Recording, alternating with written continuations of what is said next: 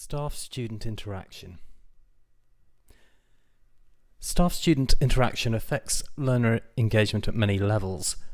Student relationships with staff are considered to be central to student engagement at university and in their learning in particular. Solomonides and Martin in 2008 suggest that, in general, tutors' perceptions of engagement is more about learning, whereas students think about engagement more in terms of feeling and their experience of being part of a learning community. Kahu in 2013 observes that higher education literature on student engagement emphasises student behaviour and teaching practice. A behavioural view of teaching results in engagement strategies that focus on what the teacher does and how the student responds. The teacher, in this sense, can set out to determine learner behaviour, for example, by selecting content and designing particular exercises and activities. This view only goes so far. The student can respond as expected, or can respond in a surprising way because they have not understood perhaps, or they may not respond at all. So engagement design benefits from a more holistic view of teaching and learning.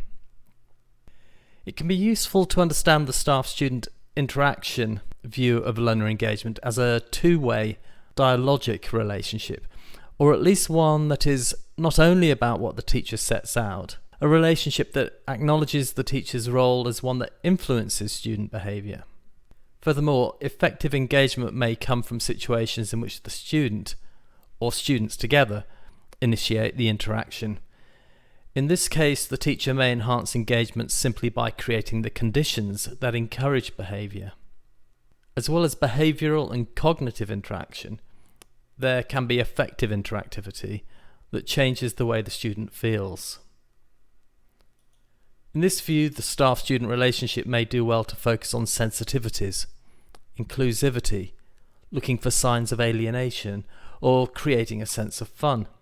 Seeing teaching and learning as an emotional dynamic is another way of thinking about this.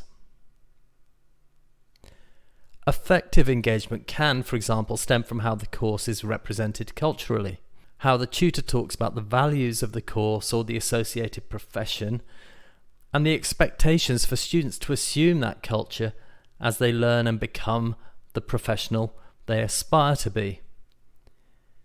Engagement may come from how students are supported, or how the student voice comes to change the course or its emphasis.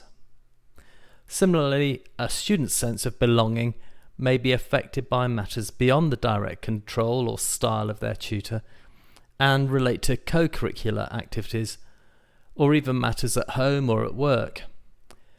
Being sensitive to a student's life load, which might be thought of as the sum of all the pressures a student has in their life, including university.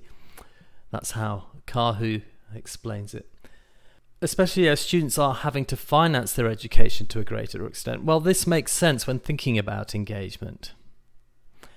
However, as with other aspects of curriculum design and delivery, it is worth paying attention to the pressure points that students have.